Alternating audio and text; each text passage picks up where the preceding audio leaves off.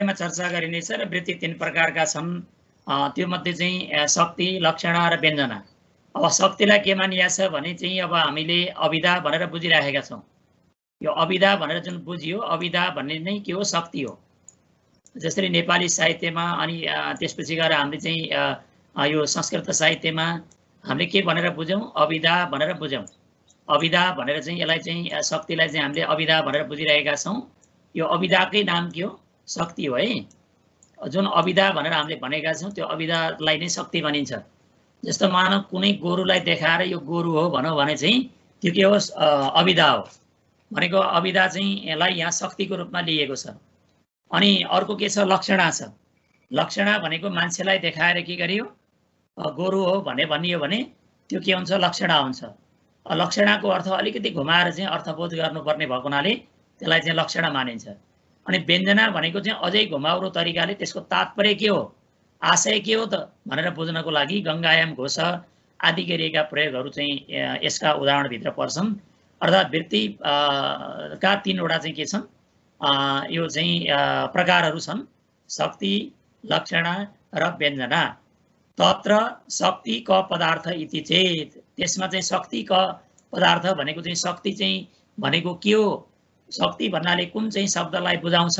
शक्तिको अर्थ के हो भनेर चाहिँ यो चाहिँ जिज्ञासामा अब उच्यते, अब यहाँ चाहिँ भनिन्छ है। अब माथि चाहिँ जुन चाहिँ कार्यकारण भावको तरिकाले हामीले चाहिँ अस्ति हेर्दाखेरि चाहिँ के चाहिँ गरियो भने आप्तको लक्षण पढिसकेपछि कार्यकारण भावको चाहिँ सन्दर्भ हामीले हेरियो। कार्यकारण भावले युक्त भएको चाहिँ जुन वृत्ति हो त्यो वृत्ति चाहिँ 3 प्रकारको हुन्छ। ती 3 प्रकार भनेको के हो भन्दा शक्ति, लक्षणा, व्यञ्जना हो। अब हामीले जुन चाहिँ पढ्दै आएका छौँ नेपालीमा संस्कृत साहित्यमा त्यो चाहिँ अभिधा, लक्षणा, व्यञ्जनालाई यहाँ चाहिँ यो व्याकरण दर्शनमा के भनियो भने यसलाई त्यो अभिधालाई यहाँ शक्ति भनेको, अनि लक्षणा र व्यञ्जना चाहिँ हाम्रो चाहिँ प्रसिद्ध रूपमै रहेका भए। यी 3 प्रकारको चाहिँ कुनै पनि शब्दको अर्थ बुझ्नको लागि के चाहिन्छ त? 3वटा शक्तिहरू हुन्छन्।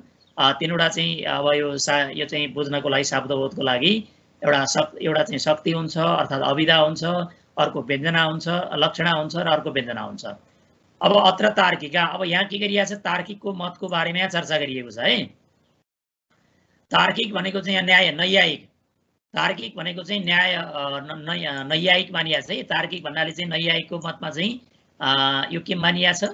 यहाँ चाहिँ यो तार्किकको मतमा चाहिँ तार्किक भन्नाले नैयायिक। जस्तो तिमीले न्याय पढ्यौ, न्याय सिद्धान्त मुक्तावली, त्यो नैयायिक भनेको न्याय चाहिँ पढ्ने व्यक्तिलाई चाहिँ नैयायिक भनिन्छ।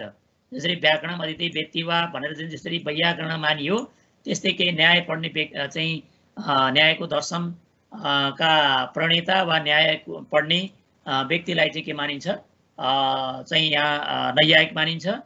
तार्किका भनेको चाहिँ तर्क गर्ने भएको हुनाले तिनीहरूलाई चाहिँ अब नैयायिक मानियो। अब नैयायिका भनेको चाहिँ न्याय पढ्ने व्यक्तिहरूको मतमा, अर्थात् तार्किका भनेको तार्किकहरूले के भन्छन् भने अस्मात् शब्दात् अयम शब्दो बोद्धव्य। अस्मात् भनेको यो शब्दबाट, अस्मात् शब्दात् भनेको यो शब्दबाट, अयम भनेको चाहिँ यो, अर्थ भनेको अर्थ, बोद्धव्य भनेको चाहिँ बुझ्नुपर्छ।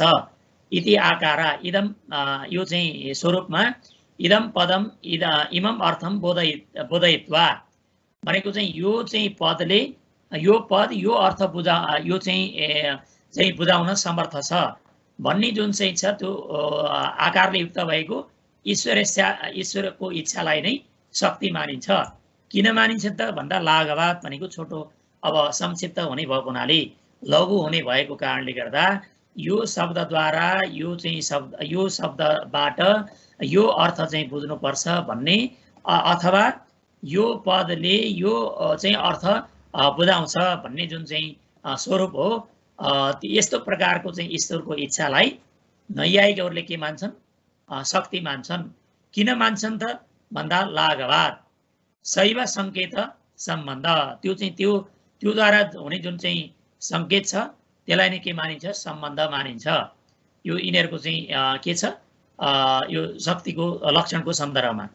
अब शक्ति यद्यपि विषयत्व लक्षण सम्बन्ध, शक्तिमा जहाँ चाहिँ यद्यपि चाहिँ के छ? पद, पदार्थ, पद, अर्थ, बोध आदि गरिएका चाहिँ 3 तहको चाहिँ के हुन्छ? विषयत्व सम्बन्धद्वारा के छ पदे अर्थे बोधे छ। अब पदमा अनि त्यसको अर्थमा र त्यसको बुझाइमा जस्तो मानौँ हामीले चाहिँ अब चाहिँ जलम भनेर भनियो भने जलम भनेको एउटा पद भयो अनि त्यसले दिने अर्थ भयो अनि अर्थ पछाडि चाहिँ के हुन्छ हामीले बोध भनेको त्यसबाट बुझिने जुन चाहिँ ज्ञान हो तीनटा चाहिँ के हुन्छन् यो चाहिँ सम्बन्ध हुनुपर्छ। शक्तिको विषयत्वको चाहिँ सम्बन्धका सन्दर्भमा के हुन्छ विषयत्वको लक्षण सम्बन्ध कस्तो हुनुपर्छ त भन्दा पदमा अनि त्यसले बुझाउने अर्थमा अनि अर्थमा मात्रै नभएर अनि त्यो बुझ्ने व्यक्तिवाला जुन बोद्धा हो त्यो बोद्धाले चाहिँ को जुन सम्बन्ध छ तीनटै कुरामा के हुनु पर्यो सम्बन्धहरू। जस्तो पहिला जलम भनौँ जलमको अर्थ चाहिँ पानीयम भनेर चाहिँ यसको अर्थ गरियो अनि त्यो पानीयम कस्तो हुन्छ भनेर चाहिँ जसले देखेको छ पानीको स्वाद पाएको छ त्यो चाहिँ बोध गर्ने व्यक्तिलाई यसरी तीन प्रकारले के हुन्छ भने शक्तिको चाहिँ के हुन्छ यो विषयत्वको चाहिँ सम्बन्ध यसरी रहन्छ। यद्यपि त्यो चाहिँ रहन्छ तथापि हुँदाहुँदै पनि बोधनिष्ठ जन्यता निरूपित जनकतावत्वेन शक्ति विषयको वाचक। अब बोधनिष्ठ भनेको चाहिँ जुन बुझाउने चाहिँ छ शक्तिको चाहिँ जुन चाहिँ बोध भनेको चाहिँ पदमा अर्थमा होइन कि बोधमा रहेको अनि जन्यता निरूपित त्योद्वारा चाहिँ जुन चाहिँ निरूपण गरिएको अनि जनकतावत्वेन जनकले युक्त भएको जुन शक्ति विषयका वाचक शक्तिलाई बताउने जुन चाहिँ वाचक छ त्यो शक्तिजन्य बोध विषयत्वेन शक्तिद्वारा जुन उत्पन्न हुने त्यो बोधको विषयद्वारा शक्तिको जुन विषय हो त्यसलाई चाहिँ के हुन्छ वाच्य भनेको चाहिँ बताउँछ भन्ने कुरा न अति प्रसङ्ग भनेको चाहिँ अति प्रसङ्ग मानिँदैन यसलाई। यद्यपि प्रथमम शक्ति ग्रह यद्यपि पहिला चाहिँ के गरिन्छ शक्ति ग्रह भनेको चाहिँ शक्ति भनेको के पदको अर्थ र सम्बन्ध यी तीनै कुरालाई शक्ति ग्रह मानिन्छ। अब पहिला चाहिँ के हुन्छ नि शक्तिको ग्रह के हुन्छ वाक्य वाक्यद्वारा नै के हुन्छ शक्तिको चाहिँ के हुन्छ बोध हुन्छ। अब वर्ण पद भन्दा पनि हामीले के गरिन्छ वाक्यद्वारा अब अहम व्याकरणम पठामी भनौँ भने चाहिँ अहमले होइन अब व्याकरणमले होइन पठामी मात्रै भन्दा हुँदैन यी तीनवटै पदले युक्त भएको जुन वाक्य छ वाक्यद्वारा के हुन्छ प्रथमम भनेको सर्वप्रथम के हुन्छ शक्ति ग्रह भनेको चाहिँ शक्तिको बोध अर्थात् वाक्यको ज्ञान होइन पदको अर्थ अनि त्यसले दिने जुन बुझाइयो शब्द बोध हो त्यो वाक्य भनेको वाक्यद्वारा नै हुन्छ। तथापि त्यस्तो हुँदाहुँदै पनि आवाप उद्वापाभ्याम भनेको चाहिँ पदको चाहिँ समावेश रूप जुन चाहिँ अभाव र पद अपसारण रूप अब पदलाई राख्ने र पदलाई अपसारण गर्ने जुन उद्भाव छ त्यो चाहिँ द्वारा शास्त्रगीत कल्पिताभ्याम भनेको शास्त्रकारहरूद्वारा कल्पिताभ्याम भनेको कल्पना गरिएको तत्तत् पद शक्ति ग्रह इत्याहु त्यो चाहिँ पदमा के छ शक्ति ग्रह भनेको चाहिँ शक्तिको चाहिँ बोध हुन्छ भन्ने कुरा आहु भनेको तार्किका आहु है। माथि चाहिँ तार्किका भनेको थियो यहाँ माथि तार्किका भनेको थियो तार्किका भनेकोलाई यो तार्किका भनेकोलाई लगेर के गरिदियो यहाँनिर चाहिँ तल लगेर आहु भनेर जोड्यो। तार्किका आहु भनेको तार्किकहरूले भनेका छन् नैयायिकहरूले भनेका छन् भनेर यहाँनिर आएर यसले चाहिँ जोडिदियो। अर्थात् यद्यपि शक्तिको विषयत्व जुन चाहिँ सम्बन्ध छ त्यो शक्ति ग्रह भन्नको लागि हामीले शक्तिलाई बुझाउनको लागि के छ पद अनि त्यसको अर्थ अनि त्यसले बुझाउने जुन बोध हो ज्ञान हो त्यसमा नै छ। त्यति हुँदाहुँदै पनि त्यो ज्ञानमा रहनेवाला जुन जन्यताले निरूपण गरिएको जनकताले उपलक्षित भएको शक्तिको विषयक नै के हुन्छ त्यो वाचक हुन्छ। त्यस्तो हो भने पदजन्य ज्ञानको विषयद्वारा जुन उपलक्षित चाहिँ शक्तिको विषय छ त्यो चाहिँ वाच्य हुन्छ। त्यसै कारणले गर्दा वाच्य वाचक लक्षणमा अतिव्याप्ति चाहिँ छैन। यदि पहिला शक्तिको ज्ञान वाक्यमा नै हुन्छ हामीले चाहिँ वाक्यद्वारा नै बुझ्छौँ भने हामीलाई किन वर्ण पदको आवश्यकता पर्यो त भन्ने लाग्ला। तथापि त्यति हुँदाहुँदै पनि शास्त्रकारद्वारा के गरियो त भन्दा कल्पना गरिएको पद समावेश रूप जुन चाहिँ अभाव भनेको राख्नु र उद्भाव भनेको अपसारण गर्नु त्यो चाहिँ जुन चाहिँ छ ती पदहरूको शक्ति ज्ञान हुन्छ भन्ने कुरा हामीले चाहिँ त्यहाँनिर के गर्छौँ त्यो बोध चाहिँ गर्छौँ भन्ने कुरा चाहिँ यो चाहिँ के गरे हाम्रो तार्किकहरूले चाहिँ व्यक्त गरे। अर्थात् जलम भनेर राखियो, अहम भनेर राखियो। एउटा पहिला पद बुझ्न पर्यो, त्यसको अर्थ बुझ्न पर्यो, अनि त्यसको चाहिँ बोध हुन पर्यो, अनि व्याकरणको हुन पर्यो, त्यस्तै चाहिँ पठामीको हुन पर्यो। यसरी किन राखिएको त भन्दा त्यो एक प्रकारको कल्पना हो। त्यसको समष्टिगत रूपद्वारा जुन चाहिँ बोध हुन्छ त्यो बोध हुने नै के हो चाहिँ त्यो शक्तिको ज्ञान हो भन्ने चाहिँ यो तार्किकहरूले चाहिँ के गरे, यो ईश्वरको इच्छा हो, यो पदद्वारा यो चाहिँ अर्थबोध हुन्छ भनेपछि भइहाल्छ भन्ने जुन चाहिँ आयो, यो तार्किकहरूले चाहिँ यो चाहिँ के गरेका छन्, यो मत प्रस्तुत गरे। अब तन्न भनेको चाहिँ के हो, अब नागेशले यसलाई चाहिँ के गरे, खण्डन गरे है। अब नागेशले यहाँनिर चाहिँ खण्डन गर्दैछ, यो नागेशको चाहिँ मत हो है, तन्न भनेर जुन आयो। अब यो चाहिँ अब पहिलो सुन्दा पछि चाहिँ तन्न तन्न आयो, यसरी गरौ भने चाहिँ तिमीले बुझिहाल्छौ, गाह्रो छैन। अब तन्न भनेको चाहिँ त्यो तिमीले जे भन्यौ त्यो चाहिँ हुँदैन, किनभने इच्छाया सम्बन्धिनो आश्रयता नियामकत्व अभावेन सम्बन्धत्व अभावात्। किनकि आधेय र आधेय भावको परिचय कुनै सम्बन्ध र त्यसको आश्रयले युक्त भएको नियामकत्व जुन परिचयको त्यो सम्बन्धद्वारा चाहिँ हुन नसक्ने भएको हुनाले, इच्छाद्वारा हुन नसक्ने भएको हुनाले तिमीले जुन भन्यौ त्यो कुरा चाहिँ के छैन, उपयुक्त छैन।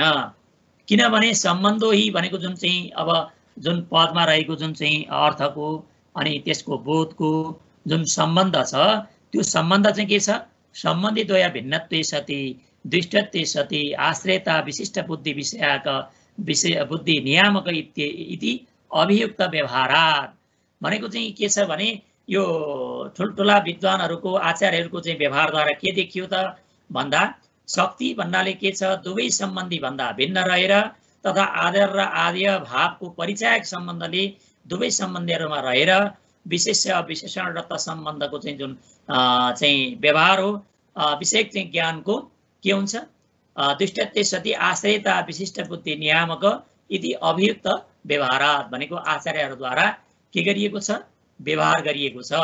जस्तै अब यहाँ उदाहरण दिए, घटवद भूतलम, घटवद भूतलम भनेको चाहिँ घडा भएको चाहिँ के छ, ठाउँ, भूतल भनेको चाहिँ ठाउँ, जमिन इत्यादि भनेको घडा भएको ठाउँ भनेर चाहिँ जुन चाहिँ एउटा उदाहरण दियो, इत्यादिमा संयोग रूप सम्बन्ध भनेको चाहिँ घट र घडाको चाहिँ जुन सम्बन्ध छ त्यो जोडिएर रहने आधार तीन प्रकारका हुन्छन्, औपश्लेषिक, वैषयिक र अभिव्यापक गरेर हामीले आधारोधिकरण भन्ने सूत्रमा पढिसकेका छौँ। त्यो जुन चाहिँ संयोग रूप चाहिँ सम्बन्ध हो, सम्बन्धिभ्याम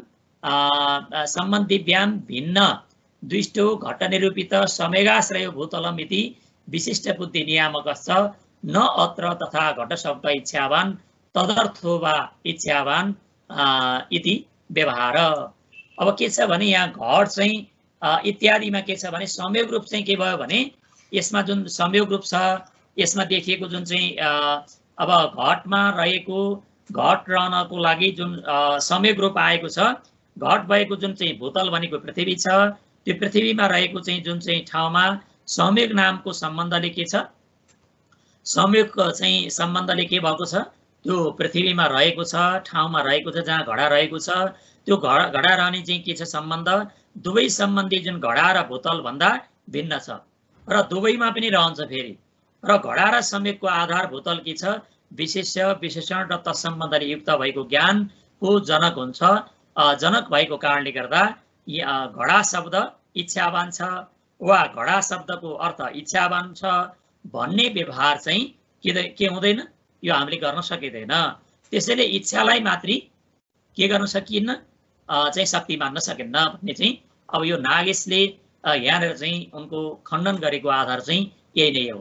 अब तार्किकहरूले के गरे त भन्दा इच्छा नै के हो, ईश्वरको इच्छा नै के हो, शक्ति हो, ईश्वरको इच्छा शक्ति हो। त्यस हुनाले चाहिँ अब घट शब्द इच्छावान, घट शब्द जो छ इच्छाले युक्त छ, तदर्थो वा इच्छावान भनेको त्यसको अर्थ पनि के छ, इच्छावान छ, ईश्वरको इच्छा हो भनेर हामीले के गर्न सकिँदैन, यसको व्यवहार गर्न सकिँदैन। त्यस कारणले गर्दा न अत्र व्यवहार, यहाँ चाहिँ के भइदिएन, त्यो खालको व्यवहार भएन। त्यस कारणले गर्दा अब घटवत् भूतलौ भनेको चाहिँ घट रहेको, भूतल भनेको पृथ्वी जस्तै भनेर हामीले यो उदाहरण हेर्दा यसमा के भयो, संयोग रूप चाहिँ जुन चाहिँ सम्बन्ध छ दुईटैमा चाहिँ दुईटैमा रहेको छ, तर सम्बन्धीमा भिन्न दुष्टो घट निरूपित संयोग आश्रय हो भूतलम। घटले जुन युक्त भएको जुन चाहिँ संयोगले आश्रय भएको जुन भूतल भनेको पृथ्वी हो त्यसको विशिष्ट बुद्धि नियामक चाहिँ भएको कारणले गर्दा यहाँ चाहिँ घट शब्द चाहिँ इच्छावान हो, त्यसको अर्थ पनि इच्छावान हो भन्ने कुरा चाहिँ हामीले व्यवहार गर्न सकिँदैन। त्यस कारणले गर्दा तपाईले जुन चाहिँ यो भन्नुभयो यो चाहिँ घट चाहिँ के अरे यो इच्छावान नै के हो अर्थ हुन्छ, शक्ति हो, यो चाहिँ लाघव हुन्छ। त्यस कारणले गर्दा यही मान्नुपर्छ भनेर जुन चाहिँ तपाईँ तार्किकहरूले भन्नुभयो, किन मान्नु पर्छ त भन्दा लाघवात भनेको चाहिँ यो चाहिँ के हुन्छ, फाइदा हुने भएको हुनाले, लघु हुने भएको हुनाले अब अलगै हामीले शक्तिको कल्पना गर्नु पर्दैन। अब ईश्वरकै इच्छा हो भनेपछि यहाँ पुग्छ।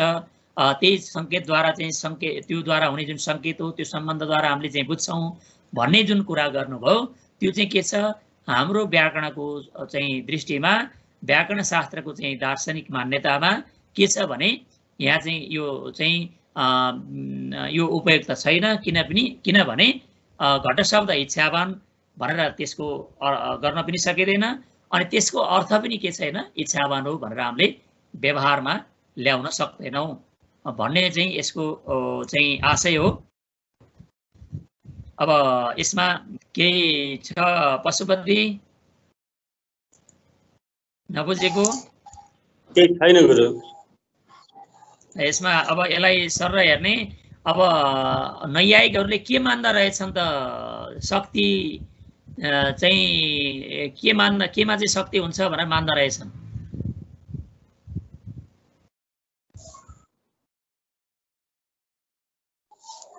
नैयायिकहरूले केलाई शक्ति मान्दा रहेछन्, कस्तो प्रकारको आकारलाई शक्ति मान्दा रहेछन्?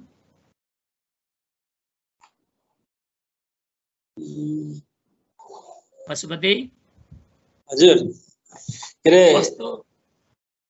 कस्तो आकारलाई उनीहरूले शक्ति मान्दा रहेछन्?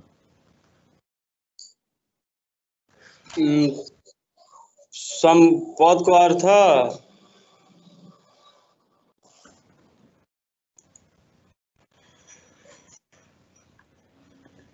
ल राजन। हजुर, अब नैयायिकको मत यहाँ खण्डन गरे नागेशले। नैयायिक चाहिँले केलाई शक्ति मानेका थिए, कस्तो प्रकारकोलाई शक्ति माने, अनि उनले खण्डन चाहिँ गरे यहाँनिर कस्तो प्रकारको शक्ति मान्दा रहेछन् त नैयायिकहरूले?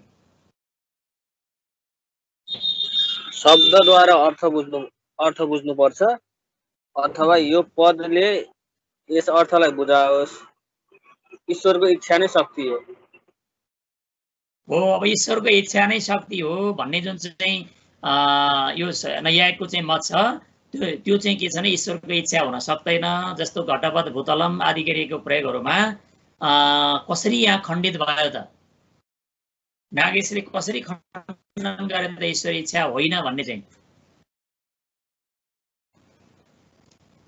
ल गिरिराज। हजुर गुरु, लाइन गरे म भर्खर जोडिएको छु। खण्डन गरे हैन रे गुरु? ल ल भन त पशुपति, भन त। यो संयोग रूप र सम्बन्धले भएको हुनाले त्यसलाई खण्डन गरे। जस्तै भूतलो, घटवत् भूतलम इत्यादि शब्दद्वारा।